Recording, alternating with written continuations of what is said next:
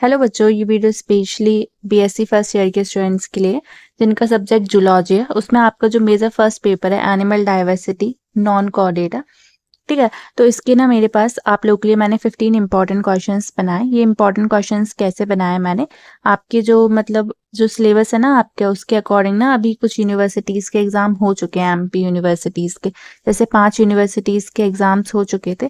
तो उनके पेपर्स को मैंने एनालिसिस करके आपके लिए 15 मोस्ट इंपॉर्टेंट क्वेश्चंस बना दिए। तो आप देख लेना, ये क्वेश्चंस जो है वो रिपीट हुए थे इन यूनिवर्सिटीज़ के एग्ज़ाम में। हो सकता है आपकी यूनिवर्सिटी में भी हो जाए, मैं बोल रही हूँ हो सकता है, मैं नहीं बोल रही हूँ कि ये ही आएगा। बच्चे ये मान के बैठ जाते हैं कि ये क्या यही आएगा, है ना। तो मैं ऐसे कोई गारंटी नहीं दे रही हूँ कि ये आएगा। मैं आप लोगों को बता रही हूँ, एनालिसिस करके करके बता रही हूँ, है ना।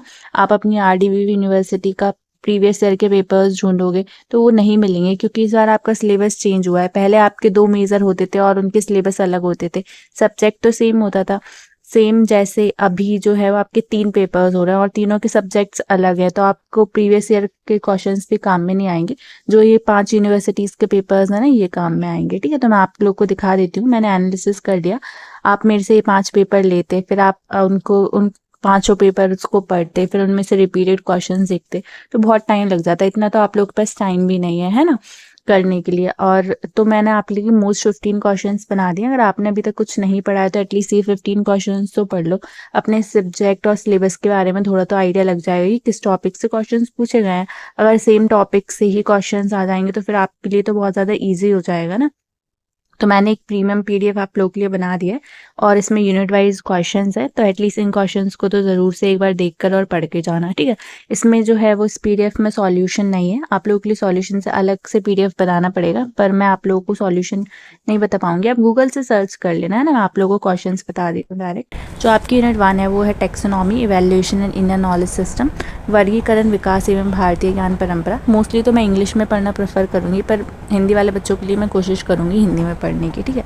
जैसे फर्स्ट क्वेश्चन जो है वो 4 बार रिपीट हुआ है इस पेपर में। क्या क्वेश्चन है? Describe the correlation between Dashavatara mythological avatars and biological evolution. ये आप हिंदी में पढ़ लेना, मेरा मन नहीं है इसको पढ़ने का। 4 बार ये क्वेश्चन रिपीट हुआ था। सेकंड जो क्वेश्चन है, how has Charaka classified lower non chordates on the basis of habitat and nutrition. Charak द्वारा दिए गए निम्न आकाशरुखियों का उनके वास, स्थान एवं पोषण के आधार पर वर्गीकरण कीजिए। ये क्वेश्चन 3 बार रिपीट हुआ था इन पेपर्स में। नेक्स्ट जो क्वेश्चन था वो था right the rules of nomenclature and describe the outline classification of the animal kingdom. मेरे पास टाइम नहीं रहता, अभी देखो रात शाम कितने हो रहे हैं, रात के 10 बज रहे हैं, आप लोग के लिए वीडियो बना रही हूँ मैं। तो आप इसकी क्वालिटी को समझो, ऐसा एनालिसिस करके कोई नहीं बताएगा आपको, पेपर्स भी नहीं होंगे सबके पास आ रहे उसके, मेरे पास है आप लोग के लिए, तो आप इनका प्रॉपर यूज लें, है ना। आप ये पेपर्स भी ले सकते हैं मेरे से। टेलीग्राम चैनल ज्वाइन कर लेना, आरडीवी यूनिवर्सिटी का टेलीग्राम ग्रुप बना दिया है, वहाँ पे डीएम करके मेरे से पेपर ले लेना, मैं बता दूंगी, है ना, कैसे पेपर दूंगी आपको। नामकरण पद्धति के नियम बताइए, जंतु जगत का रूप रेखिए, वर्गीकरण कीजिए, है ना। फिर आपकी जो यूनिट 2 है वो है प्रोटोजोआ एंड पॉरीफेरा, प्रोटोजोआ एवं पॉरीफेरा। फोर्थ जो क्वेश्चन है वो 5 बार रिपीट हुआ है, तो बहुत ज़्यादा इंपॉर्टेंट बता रखा है, मार्क भी कर रखा है। व्हाट इज कैनाल सिस्टम, देख लेना किस टॉपिक से पूछा है। अगर एज इट इज क्वेश्चन नहीं पूछेंगे तो इससे रिलेटेड क्वेश्चन पूछ लेंगे। और वैसे भी यूनिवर्सिटी का मन है, वो पता नहीं अलग से ही क्वेश्चन दे देती है, कुछ भी क्वेश्चन पूछ लेती है, ऐसे रिपीटेड क्वेश्चन पे नहीं जाती। तो ऐसे कोई प्रिडिक्ट नहीं कर सकता, बस ये है कि आइडिया लगा सकते हैं। जैसे अपन लोग प्रीवियस ईयर क्वेश्चन से आइडिया लगाते हैं ना कि हाँ ऐसा आ सकता है, ऐसे होप लगाते हैं, ऐसे ही इन क्वेश्चन से भी होप लगा लो कि हाँ आ सकते हैं। क्योंकि अभी ये दूसरी यूनिवर्सिटीज एमपीज की उनमें आ गए थे, जैसे जीवाजी विक्रम है ना, इनके क्वेश्चंस हैं ये। Barkatullah university Bhopal. What is canal system? Describe the different types of canal system, especially Leucon type of Sycon found in Porifera, है ना। ये मैं हिंदी में नहीं पढ़ रही हूँ, आप लोग देख लेना इसको। फिर फिफ्थ क्वेश्चन है, give a detail account of a parasitic protozoans and human disease caused by them. परजीवी प्रोटोजोआ और उनसे उत्पन्न होने वाले मानव रोगों को उदाहरण सहित विस्तार पूर्वक समझाइए। मैं बहुत ही कम उसमें हिंदी में पढ़ूंगी, ठीक है। 3 बार रिपीट हुआ है ये क्वेश्चन। फिर 6th question, describe the medicinal and economic uses of sponges, sponge के आर्थिक एवं चिकित्सीय उपयोग महत्व के बारे में लिखिए। 2 टाइम ये क्वेश्चन रिपीट हुआ था। फिर यूनिट थर्ड से कुल टोटल 15 क्वेश्चन है, कुछ नहीं तो ये तो पढ़ ही लेना, ठीक है। Coelenterates and cineraria, coelenterate ये आपकी यूनिट थर्ड है, वो क्या है 7th क्वेश्चन।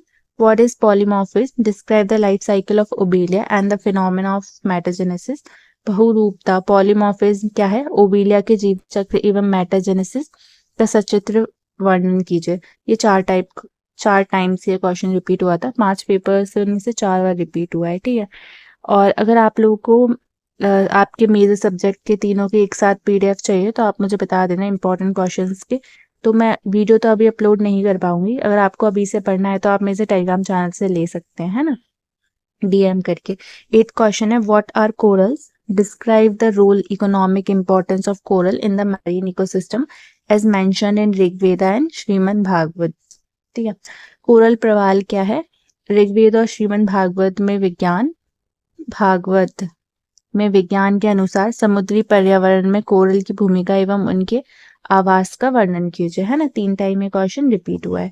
फिर आपकी जो यूनिट 4th है वो है प्लेटी हेलमिंथीज एंड एस्के हेलमिंथीज, मतलब क्वेश्चन के बेसिस पे ही आप लोगों के लिए यूनिट बना दी है। प्लेटी हेलमिंथीज एवं एस्के हेलमिंथीज, इसमें कैसे क्वेश्चन है, describe the life cycle excretory system of flame cell and parasitic adaptation, describe the life cycle excretory system of flame cell and parasitic adaptation of fasciola hepatic liver fluke, है ना। fasciola hepatic यकृत पर्णक्रमी के जीवन चक्र, उत्सर्जन तंत्र, ठीक है, ज्वाला कोशिका एवं परजीवी अनुकूलन का चित्र सहित विस्तार में वर्णन कीजिए, है ना। ये 5 टाइम क्वेश्चन रिपीट हुआ है, तो वेरी वेरी इंपॉर्टेंट क्वेश्चन है। 10th क्वेश्चन है write an essay on pathogenic helminthes and the medicinal uses of roundworm, describe the concept of pseudocoel. ये हिंदी में पढ़ लेना, फिर ये पढ़ लेती हूँ। रोगजनक हेलमिंथीज एवं गोलक्रम राउंडवर्म्स के चिकित्सीय महत्व पर एक निबंध लिखिए। सीरोसील की संकल्पना का वर्णन कीजिए। 4 बार ये क्वेश्चन रिपीट हुआ है। 11th क्वेश्चन क्या है, टोटल 15 क्वेश्चन है। Write a short article on the treatment and control of filariasis, describe anti parasitic properties of प्लेटी-हेलमिंथीज।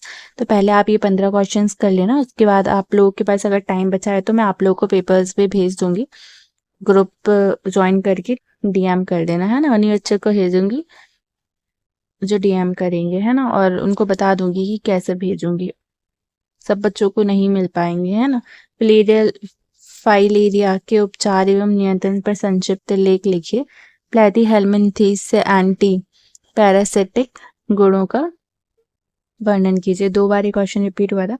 2 bar question repeat हुआ तो इसका मतलब लेस इंपॉर्टेंट मत समझना, इंपॉर्टेंट है। रिपीट हुआ है तो क्या हुआ, आया तो 2 बार रिपीट हुआ है तो क्या आया तो है पेपर्स में।